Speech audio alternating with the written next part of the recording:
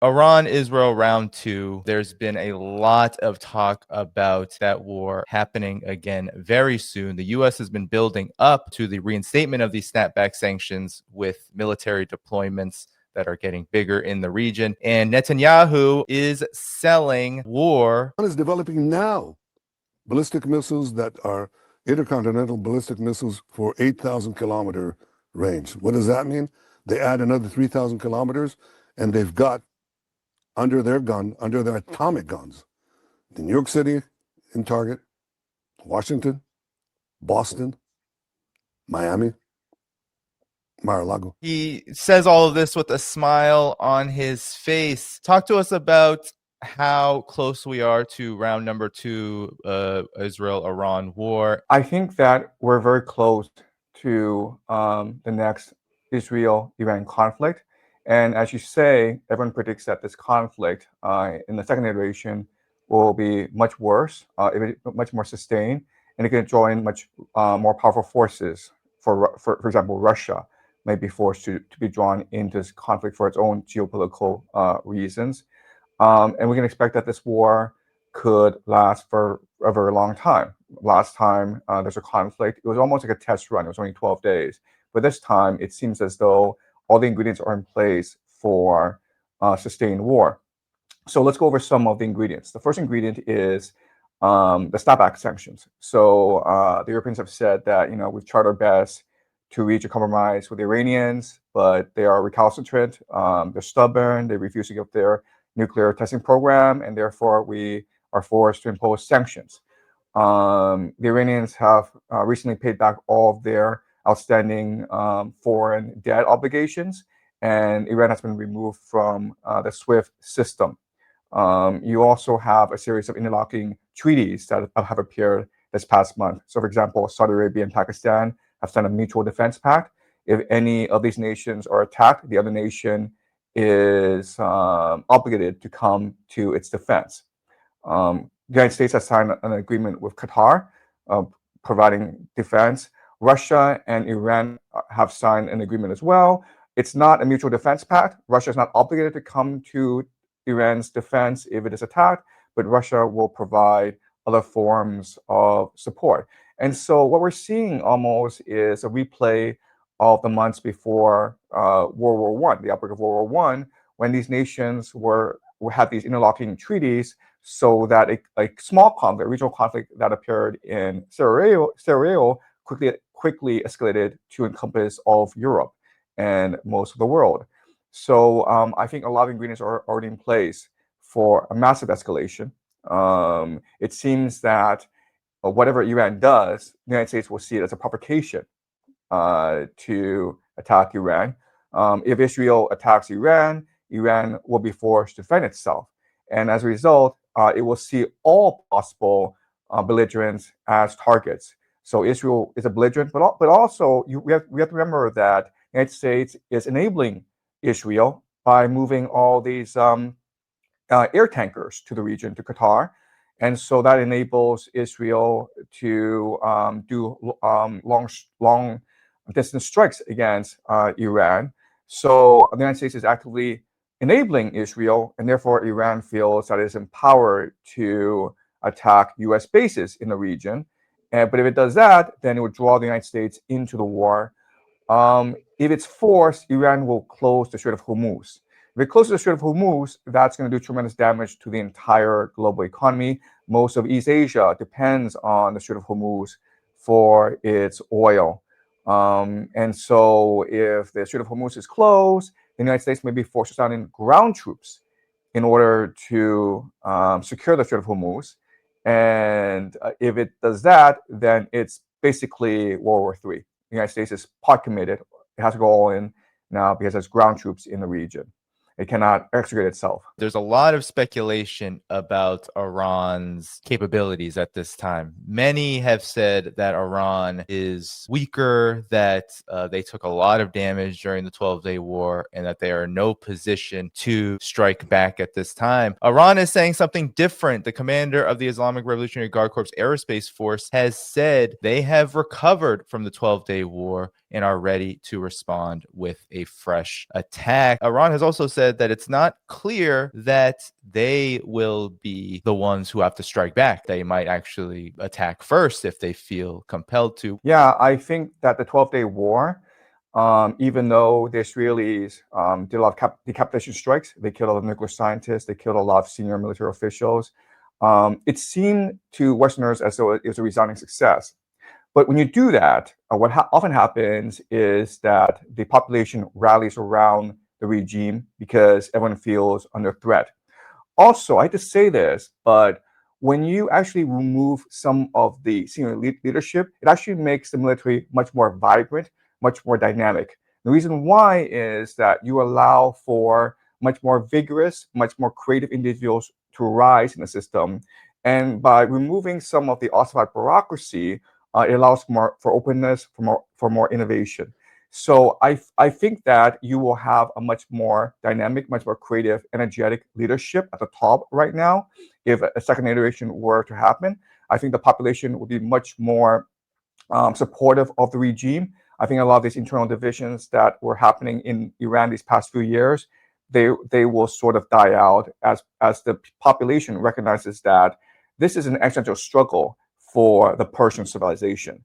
The United States, Israel, they're coming in to destroy your civilization. They're not here for regime change. They're not here to impose a democratic regime. They're here to do what they did in Iraq, Libya, and Syria, which is to destroy your civilization.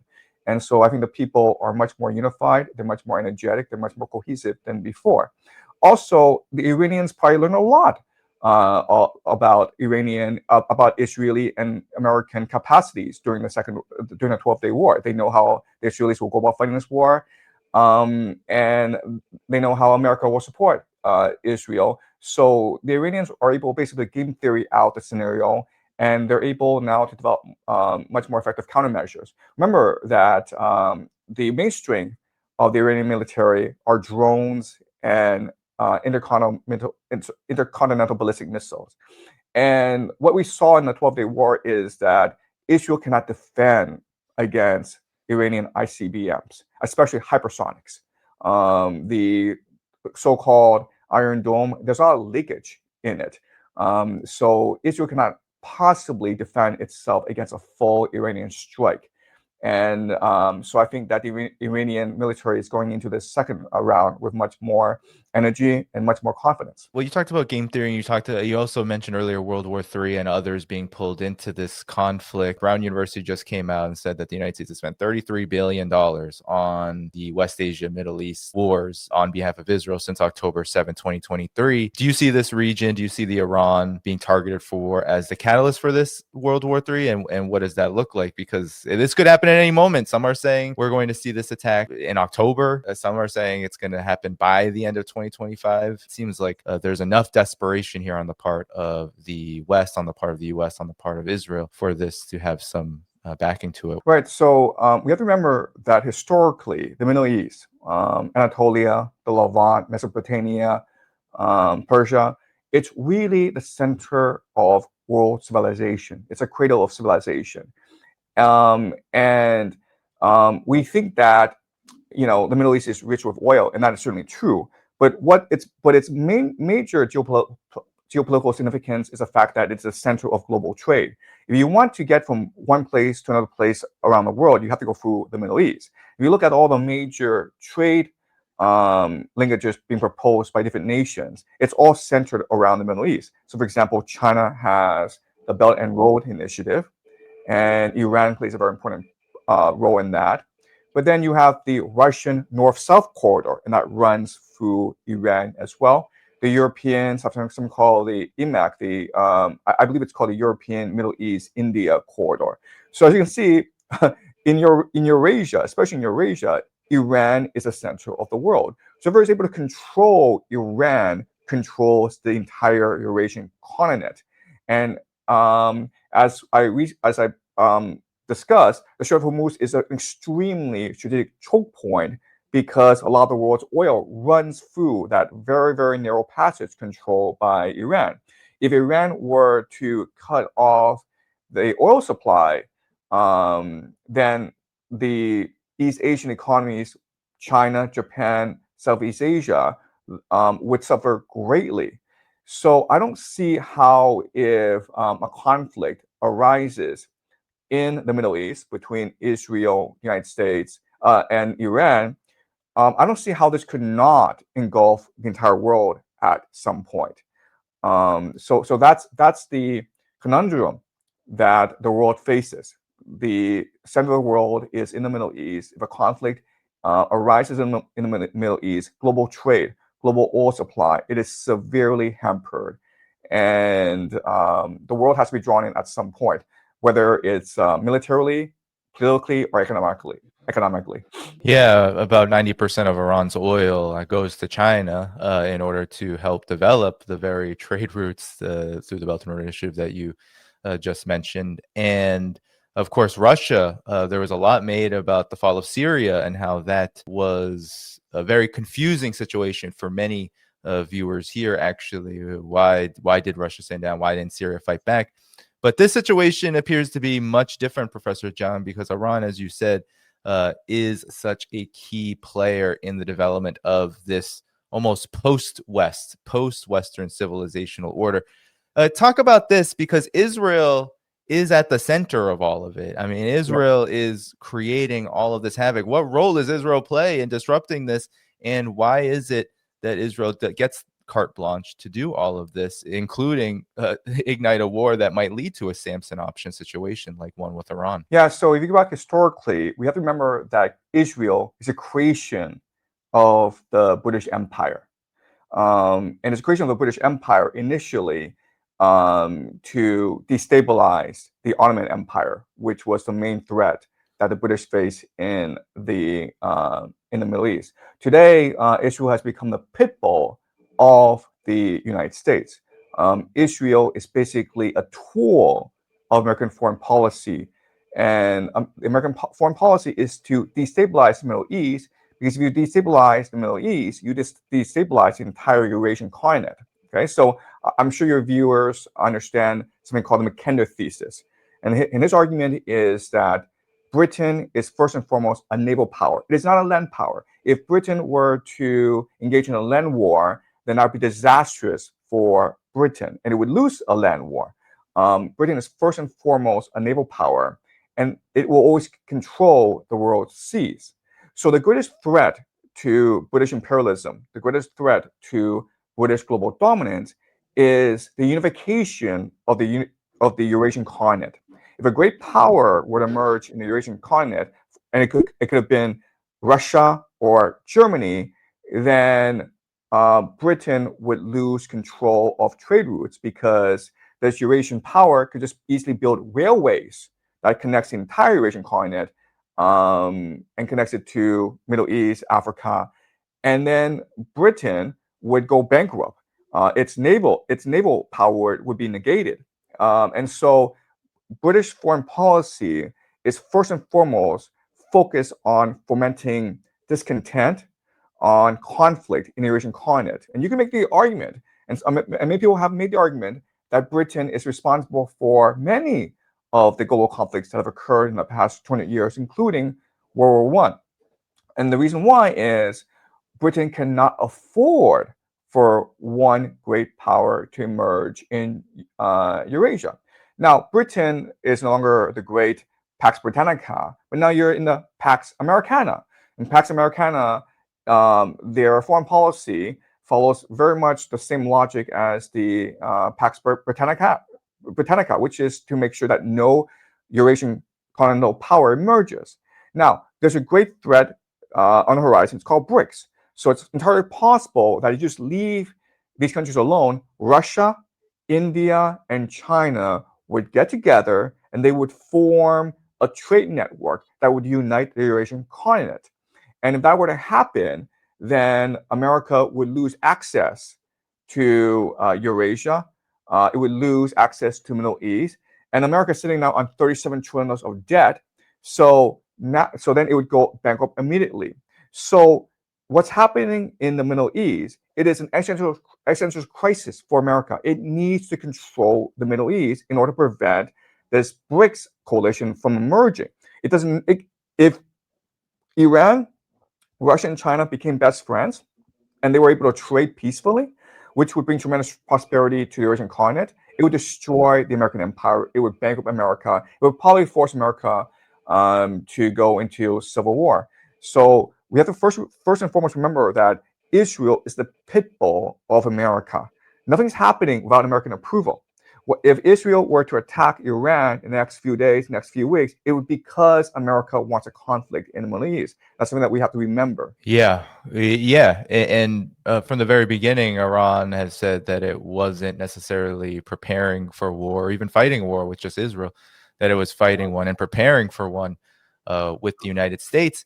But yet you have, and I'm curious on what you think of this, Professor Jiang, because the way that we are being kind of fed information about the role of Israel in sparking this potential World War III nuclear situation vis-a-vis Iran is we're being fed this through people like intermediaries like Netanyahu, who are very boastful about Israel, who almost speak about Israel like the second coming of the United States' empire. Here is Netanyahu again on Ben Shapiro's show, talking about just how much the United States needs Israel. Well, I can tell you we shared it with America, but I can't share it with you. Okay? The most advanced offensive weapons on the planet, things that none of the superpowers have, developed by Israel, shared with America. Well, I can tell you we shared it with America. So, Professor Jiang, he's basically saying, and this is the narrative you get, is that Israel is in fact in control because of how much the United States really needs it to achieve those objectives you were stating. What do you make of this, and how does it fit into things historically? Look, I think you can make a very legitimate argument that Israel is in very much control of the American political apparatus. You know, AIPAC is the second most powerful lobby in America. Only the AARP, the pensioners, are more powerful than AIPAC. We also remember that there are like millions of pensioners, tens of millions of pensioners in America, and AIPAC is a very small organization. There just are not that many Jewish Americans. Yet at the same time, AIPAC has direct access to the White House. No matter who's in the White House, AIPAC is able to exert tremendous influence. You have, it seems as though the media, in the financial sector, it's controlled by Zionist interests. So yeah, you can make a very legitimate argument that Israel is controlled of the American political apparatus. At the same time, we have to remember that Netanyahu is very much an American creation. For the longest time, Netanyahu's patron was Sheldon Adelson, who is Jewish, but he's also American. So it was Sheldon Adelson who bankrolled Netanyahu's political career in Israel. And people don't understand this, but Netanyahu, he does not talk to Israeli media. He talks to American media. He refuses to talk to local Israeli media. You can't, if you're an Israeli journalist, you can't really book an interview with him. But Netanyahu is always available to talk to American media. And remember that Netanyahu grew up. He spent his formative teenage years in America. And you can make the legitimate argument that Netanyahu is an American asset, that he could very much be an American intelligence officer. I'm not saying he is, but I'm saying that if you were to make that assumption and you were to find evidence to support that claim, you could find a lot of evidence. So I think that Netanyahu coming out and saying that, we Israel, we control America. The main reason why is that these empires do not like to be seen as bullies. You go back to the time of the Roman Empire. The Roman Empire started all these wars around the world. They basically burned down Carthage for no particular reason. But if you go back and look at their history, they always framed it as being provoked into war, as being peace-loving, but because of extenuating circumstances, because they were being threatened, because the opposing side threatened them, they had no choice but to go to war. It's always, we had no choice but to go to war. If you look at American history, Americans believe the same thing. Every single war that happened overseas, whether it's the U.S.-Spanish War, whether it's World War I, it's World War II, they were always tricked or forced or manipulated into war. So I think that's just the way that Americans, the powers that be in America, like to frame things. America is peace-loving. It's a peace-loving empire. It's not even an empire. It's a republic. It's not an empire. And so when it goes to war, it's because someone tricked them to go to war. If the United States were to go to war against Iran this time around, it's not because the United States has geopolitical interests that must be protected. It's because Israel is out of control and Israel controls America.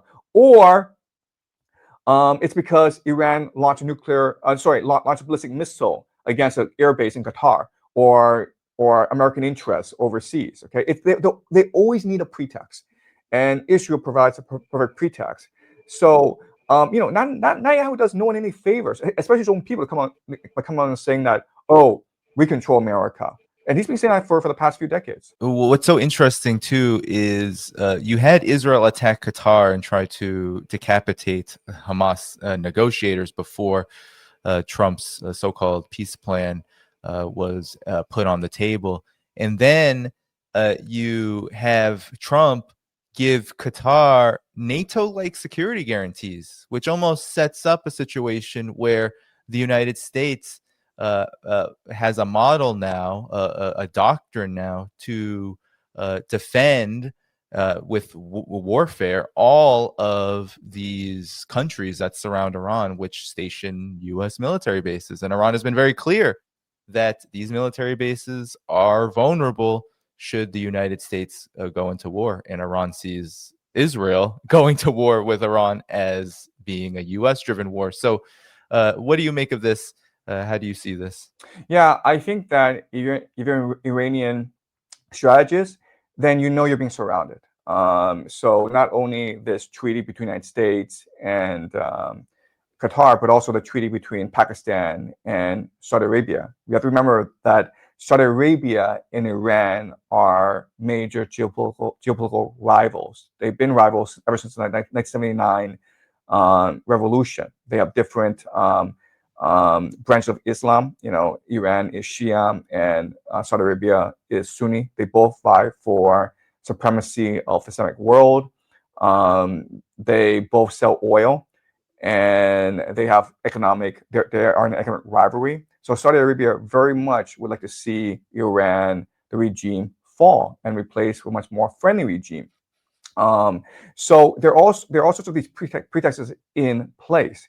And when America does that, when America provides security guarantees all around the Middle East, right? So America is guaranteeing the security of Saudi Arabia, of Qatar, of Israel, then that sets a stage for a false flag attack, right? So Iran doesn't, even if Iran were to show tremendous restraint, and it has been showing tremendous restraint these past few years, if a false flag attack were to happen in Qatar or Saudi Arabia or Israel, then now the United States is forced to attack Iran in response.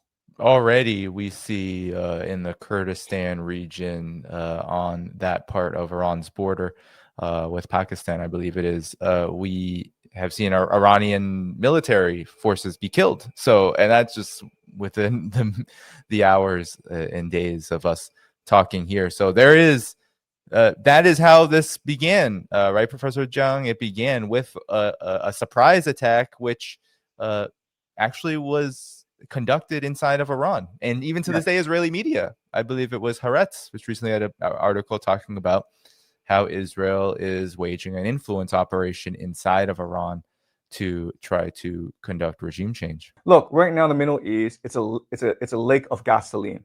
All you need is a small spark to light the entire region up in fire. Look, the alliance has been drawn. Everyone's ready for war. Everyone's just waiting for the fuse to be lit. And I think it's going to happen very, very soon. Now, as to when it will happen, what's interesting for us to remember is that for the Israelis, for the Americans, this is just not a geopolitical rivalry. It is also an eschatological war. What I mean by that, and this is very important for your viewers to appreciate, is that there are these extremist religious elements that are both in the Israeli military and the American national security apparatus who see a war in the Middle East, World War III, as fulfillment of biblical prophecy, as the end of the world in order to rejuvenate the world. This is the end times. This is the end of days. And again, I don't think this is really appreciated, how the American national security apparatus is fully committed to igniting World War III in order to force the return of Jesus, the second coming. And these elements in the national security apparatus, I'm sure you've heard of them, right? They're the Mormons. They're the Freemasons. They are the Jesuits. They are a people called the Sabbatean Frankists, these extreme religious Jews. Okay, so they're different secret societies embedded with the national security apparatus who all are following a certain script that requires them to start World War III in the Middle East. And once they start a war in the Middle East, then they're able to fulfill their different prophecies, which includes the creation of a world government, which includes the return of Jesus, which includes the arrival of the Jewish Messiah. Okay, so I don't think people really appreciate the eschatological elements, the extreme religious elements underlying this conflict in the Middle East. But I point this out because there's almost like an anxiety or a rush to get this war started as soon as possible. You know, it's insane. Yeah, I mean, as soon as possible, and it almost feels like, as you said, Professor Jiang, there is this tension built up that's not just about the realities on the ground, but it is about. I mean, we have a defense Secretary of War now, Pete Hegseth, who is a crusader. I mean, he calls himself a crusader. This is his entire ideology is based on getting rid of Iran, and of course China and the left, and the sinners and whatever it is. But these are the kinds of people, and then we go into Christian Zionism, but ideology does drive these people. That the realities on the ground for them are almost secondary when it comes to their lust for war. So 2-3 years ago, Israel imported 5 red heifers from Texas. These 5 red heifers were genetically modified to be perfect. And the reason why is the Bible says that you need to sacrifice a red heifer in order to consecrate the ground for the building of the temple. What this means is that Israel, the extreme religious fanatics in Israel, they want to build the third temple. This is problematic because they want to build it on top of the Al-Aqsa Mosque, which is the third holiest site in the Islamic world. So if you think about it, this war between Israel and Iran, if it were to happen, it would provide a perfect pretext to destroy the Al-Aqsa Mosque, because then Israel can be like, oops, sorry, a ballistic missile came to Jerusalem and it hit the Al-Aqsa Mosque, it's destroyed, but it's okay because we'll just build a third temple. And remember, if this would happen, if the Al-Aqsa Mosque were to be destroyed, then 1 billion Muslims around the world would be religiously obligated to seek vengeance of some sort. It would be a cataclysm that is unimaginable right now.